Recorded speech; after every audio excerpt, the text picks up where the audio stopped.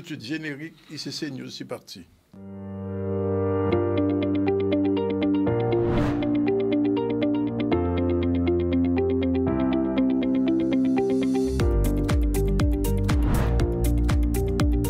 La chronique Culture et Cinéma News, c'est tous les vendredis à 13 h dans le ZCL.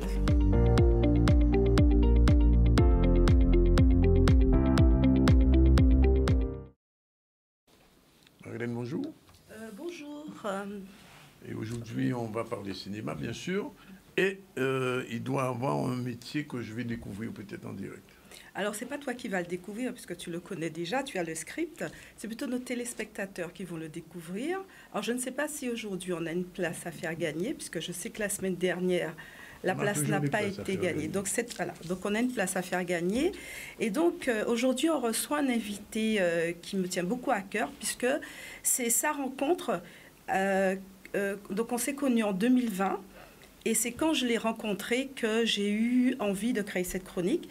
Je tiens quand même à remercier pour ça Christine Vial-Collet, qui est la présidente du syndicat des producteurs et la productrice de vitamine C, qui nous a mis en relation et qui m'a dit, si demain tu veux faire un travail sur les métiers, faire découvrir aux élèves, aux étudiants, au commun des mortels, les métiers de la technique, qui sont très peu connus et qui pourtant sont incontournables. Voilà un jeune homme qui a un parcours extraordinaire et que tout le monde s'arrache. Donc c'est pour ça qu'aujourd'hui... on en parlera. Aujourd'hui, j'ai tenu à recevoir Rudy Rabot. Enfin. Bonjour Rudy Rabot. Bonjour. Merci d'être avec nous. Bonjour. Alors, présentation. Alors Rudy, on me l'a présenté en 2020. Oui. Pourquoi? Parce que il fait un métier, déjà quand il m'a dit le nom de ce métier, j'avoue que ça ne me disait absolument rien. Et donc moi ce que je propose aux téléspectateurs, ce n'est pas de découvrir une personnalité dans le cinéma aujourd'hui, mais c'est plutôt de découvrir un métier. Alors, donc c'est un métier, je donne quelques indices. Danick, vous allez jouer le jeu. Donc, c'est un métier de la technique. Oui. Donc, vous l'avez très bien compris. Donc, on écarte le métier de réalisateur, on écarte le métier de scénariste. Bien. Voilà. Donc, c'est un métier de la technique. Qu'est-ce qu'on peut dire? Il a un lien avec la caméra. Un lien avec la caméra? Tout à fait. Non, il n'est pas photographe. J'ai parlé de caméra. Est-ce que je brûle? Non, mais j'ai parlé quand même de caméra. Là, par contre, c'est une insulte envers nos téléspectateurs. Il faut la différence entre un appareil photo et une caméra. Attention, aujourd'hui, les appareils photo filment, n'est-ce pas, monsieur? Non, mais je n'aurais pas donné ça comme indice. Je n'aurais pas donné ça comme indice. D'accord, alors donc... Donnez-moi quelques métiers de la technique en lien avec la caméra. Allez, on y va. Bon, chef op. Ce n'est pas le métier de chef opérateur. Réalisateur, alors. Je vous ai dit que c'est ce métier de la technique. Oui, donc ça peut pas être... réalisateur. Non, le réalisateur, il perçoit des droits d'auteur, il est dans la création. Il est pas, ce n'est pas la technique et il pourra vous dire pourquoi. D'accord. Parce qu'il y a une nomenclature des métiers, il y a une convention collective. Parce qu'il faut qu'on avance. Alors simplement, je vais expliquer que c'est un métier qui est en lien avec la caméra. Pourquoi? Parce que sur un film, on a besoin que la caméra fasse un certain nombre de mouvements. En fonction de la prise de vue des angles. Et la personne chargée de faire ce travail de mouvement, de trouver le bon mouvement, c'est ce qu'on appelle le machiniste. Donc, Rudy Rabot, aujourd'hui, est ce qu'on appelle un machiniste. Mais il ne l'a pas toujours été, comme je l'ai expliqué. Rudy Rabot, avant, il était dans le milieu du commercial, notamment la distribution. Et donc, il a eu un contact pour pouvoir, on avait besoin de quelqu'un pour pouvoir déplacer les voitures sur un tournage. Quel peut être ce tournage qui a pu être le point de départ de sa carrière, selon vous? En Guadeloupe, il n'y en a qu'un. Oui. Meurtre au paradis. Bon, donc c'est très bien ce que vous pensez de cette série. C'est peut-être pour ça que vous ne jouez pas le jeu. Donc c'est Meurtre au paradis qui, comme... C'est vrai que c'est la série incontournable chez nous. Elle a été une série levier qui ont permis de... Par exemple, on a reçu la dernière fois une costumière qui a démarré aussi sur Meurtre au paradis. Bon nombre de nos techniciens qui œuvrent sur les différents tournages, que ce soit en Guadeloupe, Martinique, Guyane et même en France, sortent de ce vivier. Donc, il a été recruté pour faire quoi? Pour déplacer des voitures. Et donc, ça lui a plu, cette ambiance du milieu du cinéma. Et donc, il est resté pendant 3 ans, où là, il a fait le tour des départements. Il a travaillé à la décoration, il a travaillé à la régie. Donc, chaque fois qu'on avait besoin de lui, quel que soit le département, il disait oui. Et après 3 ans, il s'est dit, donc ça, alors il a démarré en 2011. Hein. Après 3 ans, il s'est dit, bon, écoute, là, j'aime le cinéma, c'est clair. Je veux en faire mon métier, donc je vais rester dans ce département. Selon vous, quel département il est resté? Machiniste. Donc, il est resté en tant que machiniste et il a progressé, il a enchaîné les tournages à telle enseigne que maintenant, il a passé le grade de chef machiniste. Ça veut dire quoi? Ça veut dire que sur un tournage, en fonction de son importance, on a un département qui regroupe un certain nombre de personnes qui travaillent autour de... Et lui, il est là pour gérer l'équipe. D'accord?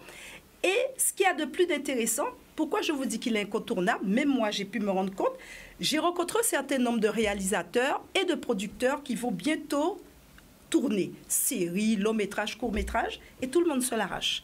J'ai rencontré un producteur de long métrage, je saurai de qui je passe. Il m'a dit, j'ai fait des pieds, des mains pour l'avoir, parce que tout le monde se l'arrache. Tu vois de qui je parle? Je pense, oui. Je ne donnerai pas de nom. Il n'est pas unique, mais c'est vraiment quelqu'un qui a une expérience, une solide expérience. Alors, ce que les gens lui reconnaissent, c'est son sérieux, sa disponibilité, et surtout, il connaît bien le milieu. Il a déjà travaillé sur tout type de tournage, donc il a une carte de visite vraiment, comment on peut dire ça? Il n'y en a pas deux qui en ont une comme ça ici, n'est-ce pas? Pour le moment. J'espère qu'il y en aura d'autres. Alors, qu'est-ce que vous pouvez ajouter à tout ce qu'elle vient de dire? Ah bah ça, c'est assez complet quand même, hein, donc je ne sais plus trop quoi dire du coup. Vous pouvez nous expliquer déjà ce que c'est exactement que le métier de machiniste? Le métier de machiniste, c'est déjà la sécurité du plateau et tout ce qui est mouvement caméra, déplacement de caméra, voilà, sous toute forme, c'est-à-dire pied caméra, grue, chariot, travelling, ça peut être des accroches voitures, voilà. Donc tout ce qui concerne la caméra, le machiniste en général, il est dans l'affaire, on va dire, entre guillemets. Voilà. Alors, est-ce que vous avez d'autres questions? Parce que moi, j'en ai... Non, mais alors, quels sont les outils que vous utilisez quand vous êtes chef machiniste?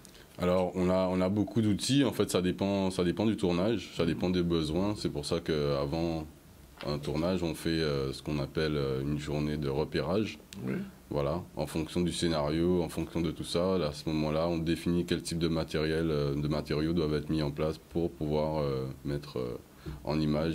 Même les lumières, par exemple, c'est vous qui...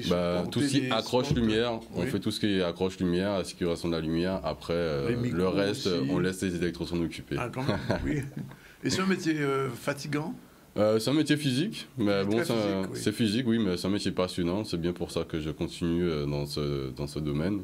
Et j'espère continuer à évoluer et à faire le tour du monde parce que c'est un métier qui me permet de travailler aussi sur Paris, on peut travailler un peu partout, donc voilà, on a quand même des avantages de travailler dans ce domaine. De devenir aujourd'hui international.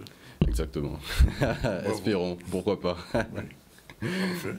Moi, la question que j'ai à me poser, c'est qu'elle s'adresse bien sûr à tous ceux et celles qui vous entendent et qui se disent, tiens, pourquoi pas, s'il y a quelqu'un qui est intéressé, quelles sont les compétences qui sont nécessaires si on veut postuler? Est-ce que déjà il y a une formation? On est obligé d'avoir une formation? Comment on veut, si on veut se lancer, on se dit, moi j'aime les voitures, moi j'aimerais bien devenir machiniste? En vrai, il faut avoir l'envie, déjà tout simplement. Formation de machiniste, il n'en existait pas avant. Maintenant, oui, depuis quelques temps. Donc je sais qu'il y a une formation à TSF maintenant, qui se fait sur quelques mois. Après, à l'époque, ça se faisait surtout via des stages, etc. Voilà, c'est vraiment un métier où on est beaucoup autodidacte, où il faut avoir beaucoup de logique, et voilà. Donc voilà, il faut avoir l'envie et se lancer tout simplement. Alors moi, il y a quelque chose qui m'interpelle, c'est que comment ça se passe? Quel est le processus? Parce que vous avez parlé de scénario. C'est-à-dire, en tant que chef machiniste, vous aussi, vous partez du scénario pour essayer de voir, identifier les besoins, savoir comment il faut s'adapter? Ah oui, bien sûr. Bien sûr. En fonction de ce qu'on veut mettre en image, on sait que voilà, le plan il va être fait de telle ou telle façon et par rapport à ça, il faut tel ou tel type de matériel. Donc oui, effectivement, on se calque sur le scénario pour pouvoir faire tout ce qu'il y a autour. Alors moi, tout à l'heure, vous avez utilisé le mot travelling. Est-ce que vous pouvez... Alors moi, je sais que j'ai vu un chariot travelling chez les BTS audiovisuels. Et qui était posé sur des rails. Alors, oui, voilà. Est-ce que c'est ça? Votre travail va consister en quoi, par exemple, pour ça? À mettre le rail en place, à faire au niveau du rail pour que l'image elle soit droite, effectivement, que que le téléspectateur ne voit pas l'image de travers, etc. Et on fait le mouvement caméra, c'est-à-dire qu'on pousse le chariot, l'opérateur dessus, pour donner le mouvement voilà, de vitesse ou peu importe qu'on veut donner. Voilà. Donc, on ne peut pas faire de tournage cinématographique sans machiniste, c'est pas possible. Ça peut se faire, mais c'est compliqué. Voilà, c'est pas recommandé. Voilà, au niveau des assurances, etc. Si on veut avoir tout ce qui est sécurité autour, vaut mieux avoir un machinot. Très bien. Bien. Juste une petite dernière question. Vous êtes chef machiniste, ça veut dire qu'il y a des machinistes et des chefs machinistes. Oui, bon, ça veut dire que. C'est deux niveaux. Voilà, bon, j'ai commencé machiniste, hein, donc j'ai eu des chefs qui m'ont permis de connaître le métier, etc. Et maintenant, j'ai eu la chance de travailler avec France Obda, par exemple, d'Eloi Prod, qui m'a fait confiance. Et donc, depuis, oui, j'aspire à être chef machinot et à continuer à évoluer. Votre prochain tournage? Alors, le prochain tournage, ça sera Le Fantôme des Saintes, normalement. En Guadeloupe, oui. Qui est prévu très prochainement. Alors, si on peut revenir sur quelques images pour que les téléspectateurs puissent visualiser à travers les commentaires qui ont été faits le métier de machiniste, ça va être une bonne chose. Alors ça représente quoi exactement, cette image? En fait, ça, c'est une image qui ne représente pas vraiment le machiniste, malheureusement, parce que bon, ça serait plutôt le Steadicammer, l'opérateur Steadicammer. Donc là, je sécurise le Steadicam, l'appareil en question, pour ne pas qu'il tombe, etc. Et là? Là, c'est une dolly. Voilà. Et ça sert à quoi, ça? Parce que... cette dolly, on peut se déplacer sur un sol plat, etc. Ça nous permet de faire les plans, tout simplement. La caméra, elle n'est pas dessus, là, mais normalement, il y a une caméra posée sur la dolly. On peut aussi la mettre sur des rails, justement, et pouvoir... Et là? Là, c'est un plateau travelling. Voilà. Sur le sable? Oui, elle est posée sur un rail, toujours. Ok, bien. Je verrai que c'est un métier qui vous passionne et qui va peut-être passionner des jeunes. J'espère bien, oui, parce qu'on en a besoin. Ok. Deuxième séquence la deuxième séquence, c'est bien sûr... Alors, on va juste rappeler pour nos téléspectateurs, nous avons reçu la semaine dernière Mariette Montpierre qui s'apprête à tourner sa série et qui fait un grand casting. Donc, si vous voulez vous lancer dans le cinéma, c'est le moment ou jamais. Vous avez entre 18 et 70 ans, pardon. Vous êtes afro-caribéen, homme comme femme. Donc, vous envoyez une photo de la tête aux pieds. Vous pensez à mettre vos coordonnées, nom, prénom, date de naissance, numéro de téléphone, boîte email, et vous envoyez le tout à l'adresse. Alors, si on peut avoir la fiche de Mamzelle Guadeloupe. Oui, on a la fiche de Mamzelle Guadeloupe. Si on peut avoir la fiche du casting. Voilà. Donc, voilà. Donc, ça s'affiche à l'écran. Donc, c'est Mamzelle, M-A-N-M-Z-E-L, casting, @gmail.com. Je répète, Mamzelle, M-A-N-M-Z-E-L, casting, @gmail.com. Sinon, vous pouvez trouver toutes ces informations sur la page Facebook du Campus Audiovisuel Cinéma Guadeloupe. Le film de la semaine? Le film de la semaine, alors j'espère qu'on pourra avoir l'affiche du film, donc qui sort aujourd'hui, Sage Homme. Alors pourquoi j'ai choisi ce film? Donc parmi les films qui sortent aujourd'hui, c'est celui qui me paraît le plus intéressant. Pourquoi? Parce qu'on va avoir l'avènement de jeunes acteurs. Donc, c'est son premier grand film où il est l'acteur principal. Il porte tout le film sous ses épaules. Donc, rapidement, on va parler du film. On va voir le teaser aussi. On va regarder. Alors, la bande-annonce. Oui. Un extrait de la bande-annonce. Alors c'est une histoire qui est assez banale. Hein. C'est pas une nouveauté dans les films. Donc, ce jeune homme qu'on voit, qui s'appelle Léopold. Donc, Léopold a raté le concours de médecine. Et bien sûr, il s'est bien gardé d'en informer son entourage. Et en contrepartie, donc faute d'avoir... Qu'est-ce qu'il a fait pour compenser? Il est rentré dans une école de sage-femme. Mais bien sûr, avec toutes ses a priori, parce que pour lui, c'est un truc de gonzesse, c'est un truc de fille, c'est pas terrible. Et il rencontre Nathalie qui joue le rôle de Karine Viard, et qui est une sage-femme passionnée, et qui va lui transmettre toute sa passion, et il va remettre en question toutes ses a priori. Alors, ce jeune homme en question, qu'on pourra voir, j'espère, à la bande-annonce. On va voir la bande-annonce tout de suite. C'est parti. Bienvenue à toutes les nouvelles étudiantes. C'est qui, Meyer?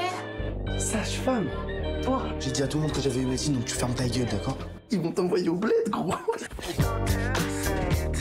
Tenez. Non, mais je suis pas médecin, donnez-moi la bleue. Le premier outil de la sage-femme, c'est d'avoir de bonnes pompes. Tous les jours, on court un vrai marathon. Yo, comment ça se passe ce début d'année, là? Nonchalance. Et quand on rentre quelque part, on se présente. Manque de sérieux en classe. Aucun engagement. Et après, tu nettoies tout ce qu'il y a là et les bassins derrière. Putain. Alors moi, si j'ai un conseil à vous donner, mettez-vous au travail. Il faut que tu saches que les femmes se confient beaucoup plus facilement à nous qu'à un médecin. Donc c'est très important que tu les écoutes. Vous sentez beaucoup votre bébé bouger? Oui, il bouge. Beaucoup. Je suis grosse. Non, vous êtes pas grosse, vous êtes enceinte. Bon bah, il a très bien appris ça le sang, non? Il est médecin quand même, hein? Non, pas encore. Qu'est-ce que tu fais en rose? T'es infirmière?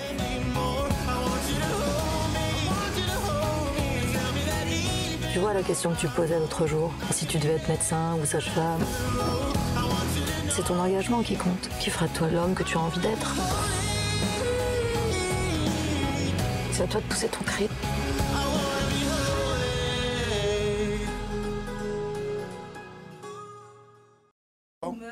Ça sort aujourd'hui, donc n'hésitez pas à aller le voir. Alors juste deux petits mots sur Melvin Boomer, que vous voyez à l'écran. Donc il faut savoir qu'il a été repéré où? Eh bien, sur Instagram. Bon, et c'est lui qui jouait Joey Star dans le film sur Joey Star qui a eu lieu. Voilà. Ah, le film de et qui est sorti. On verra bientôt. Donc, voilà. Merci Marilyn, merci Monsieur Rabot. Merci pour l'invitation. Et puis continuez. Hein. Ben, on va pas lâcher. On continue. Et on se retrouve la semaine prochaine avec Marilyn. Voilà.